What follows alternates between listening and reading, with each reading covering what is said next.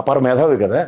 ఇట్లా కూడా అనుకోవచ్చు కదా సార్. ఇప్పుడు జగన్మోహన్ రెడ్డి గారు చేసిన ఏవైతే పనులు ఉన్నాయో అవన్నీ కరెక్ట్ గా చూపించుకోలేదు ప్రజలకి అని చెప్పేసి అనుకోవచ్చు కదా సార్. ఇప్పుడు ప్రతి ఆయన వాళ్ళు ఏమైనా కూడా పవన్ కళ్యాణ్ అనుకున్నవేటి 5 కోట్ల దానం ఇచ్చాను, 5 కోట్ల దానం ఇచ్చాను, నాకు ఓట్లు వేయండి, 5 కోట్ల దానాలు ఇచ్చాను, కౌలు రైతులకి ₹1,00,000 ఇచ్చాను, ₹1,00,000 ఇచ్చిన పబ్లిసిటీ చేసుకునే జగన్మోహన్ రెడ్డి. ఎందుకలా గుండెలు బాధేసుకుంటున్నాం మిస్టర్ ఎర్రమందారం? గుండె ఆగిపోగలదు, జాగ్రత్త. మీరు బతికేదే పవన్ కళ్యాణ్ పేరు చెప్పుకుని కదా. పవన్ కళ్యాణ్ పేరు చెప్పకుండా, పవన్ కళ్యాణ్ అనే పదం మీ నోటి వెంట రాకుండా, కేవలం జగన్ అన్నయ్య మీద, ఆయన చేసిన కొన్ని మంచి పనుల మీద మాట్లాడుతూ మీ ఛానల్ నడపండి, చూద్దాం. ఎన్ని రోజులు నడపగలుగుతారో చూద్దాం.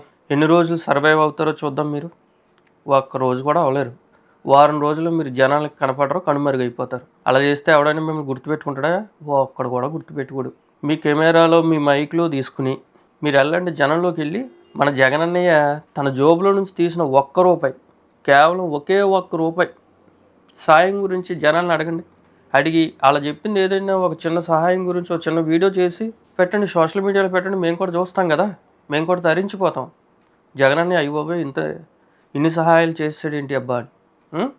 ఇక పవన్ కళ్యాణ్ విషయానికి వస్తే, ఆయన చేసిన దానాలు కానీ, సహాయాలు కానీ, లేదా ఆయన డిప్యూటీ సీఎం అయినాక ఆయన చేసిన పనులు కానీ, అవి మాలాంటి వాళ్ళు చెప్పనవసరం లేదు.